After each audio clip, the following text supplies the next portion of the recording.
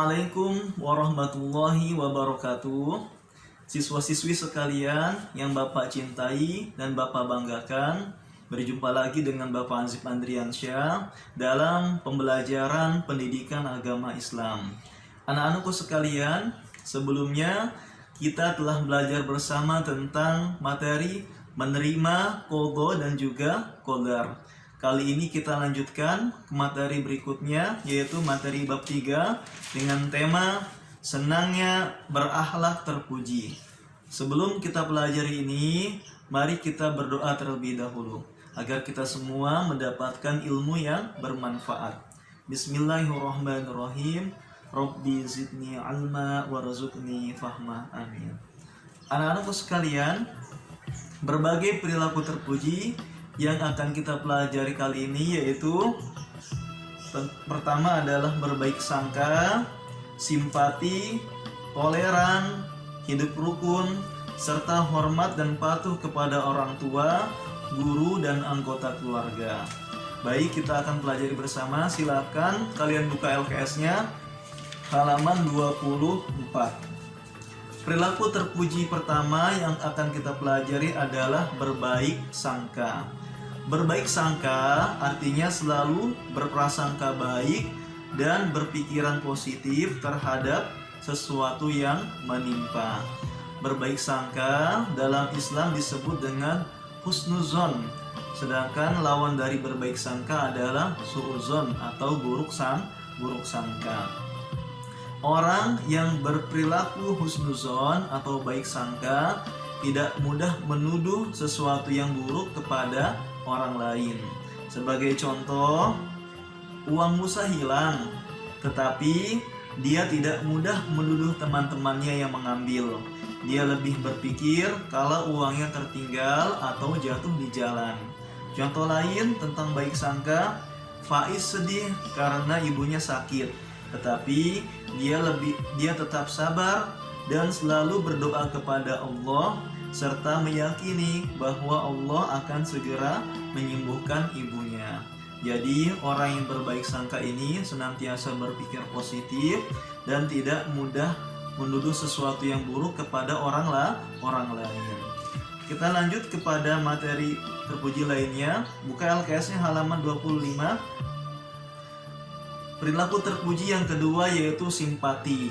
Simpati artinya adalah perasaan kebersamaan secara sosial, hingga seseorang dapat merasakan perasaan orang lain.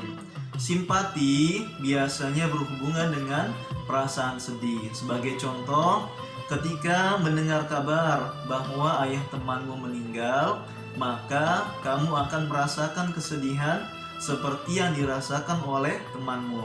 Nah, itulah yang disebut dengan simpati. Jadi simpati ini anak-anak berkaitan dengan perasaan kebersamaan secara sosial. Adapun tujuan dari simpati yaitu yang pertama, dengan simpati kita memahami orang lain yang sedang dalam kesusahan, kemudian mengurangi masalah-masalah yang ada. Kemudian agar terjadi saling pengertian di antara kedua belah pihak. Itu adalah tujuan daripada simpati. Adapun contohnya sangat banyak. Contoh simpati di antaranya menjenguk teman yang sakit, kemudian membantu teman yang sedang kesulitan. Itu adalah berbagai contoh dari simpati. Baik, kita lanjutkan kepada perilaku terpuji lainnya, yaitu bersikap toleran. Buka LKS-nya halaman 26. Sudah? Toleran memiliki arti tenggang rasa, menghargai, membiarkan, membolehkan pendirian, pendapat, pandangan, kepercayaan yang berbeda dengan pendirian sendiri. Jadi toleransi artinya sikap saling menghormati dan saling bekerja sama di antara kelompok-kelompok masyarakat, baik yang berbeda secara etnis, bahasa, budaya, dan juga agama. Nah, Islam mengajarkan sikap toleran dengan sesama. Akan tetapi, Islam memberikan rambu-rambu bahwa toleransi tidak berlaku dalam masalah akidah. Toleransi dengan pemeluk agama lain dibatasi dalam hal muamalah seperti tolong menolong, gotong royong, dan lain sebagainya. Selanjutnya anak-anak, kita belajar perilaku terpuji mengenai hidup rukun. Buka LKS-nya halaman 27. Hidup rukun artinya hidup damai dan tidak bertengkar. Nah, kita harus melakukan perbuatan yang menyebabkan kerukunan dan menghindari perbuatan yang menyebabkan ketidakrukunan. Buka LKS-nya halaman 28 sekarang. Di sini ada tabel mengenai perbuatan yang menyebabkan hidup rukun dan juga perbuatan yang menyebabkan hidup tidak rukun. Kalian bisa langsung dibaca di sini ya, anak-anak. Contoh perbuatan yang menyebabkan hidup rukun yaitu selalu mempertimbangkan terlebih dahulu apa yang hendak diucapkan atau diperbuat, kemudian selalu menghargai orang lain. Adapun contoh perbuatan yang menyebabkan hidup tidak rukun, yang pertama mudah emosi, kemudian cepat marah dan menganggap dirinya lebih pintar daripada orang lain. Nah, selanjutnya setelah kita mempelajari mengenai materi hidup rukun, kita lanjut mengenai perilaku terpuji, hormat dan patuh kepada orang tua, guru, dan anggota keluarga. Pada halaman 29 ya anak-anak. Birrul walidain atau berbuat baik kepada orang tua termasuk akhlak terpuji yang wajib dilakukan oleh setiap muslim, baik laki-laki maupun perempuan. Allah Subhanahu wa taala memerintahkan agar setiap anak senantiasa berbuat baik kepada orang tuanya. Contoh hormat dan patuh kepada orang tua, yang pertama tidak mengatakan perkataan ufin atau kemudian tidak membentak orang tua, kemudian berkata dengan perkataan yang lemah lembut dan juga mulia. Nah, itu adalah contoh hormat dan patuh kepada orang tua.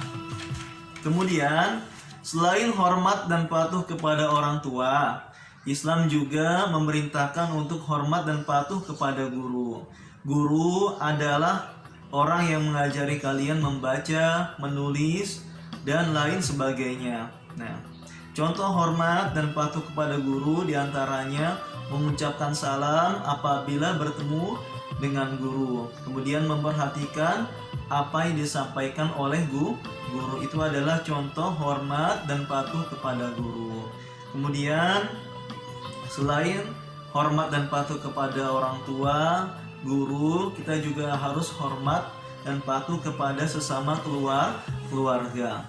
Keluarga adalah orang terdekat dengan kita, baik kepada yang lebih tua maupun yang lebih muda kita harus menghormati.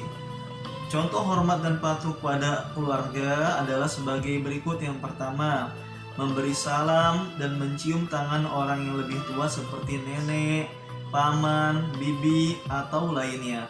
Kemudian menyayangi saudara yang lebih muda. Kemudian mematuhi nasihat baik dari anggota keluarga.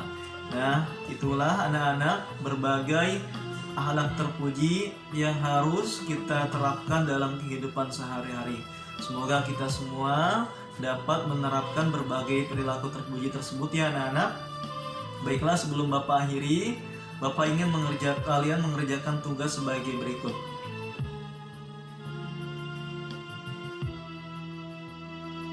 Sekian dari Bapak, kurang lebihnya mohon maaf. Wassalamualaikum warahmatullahi wabarakatuh. Sampai jumpa.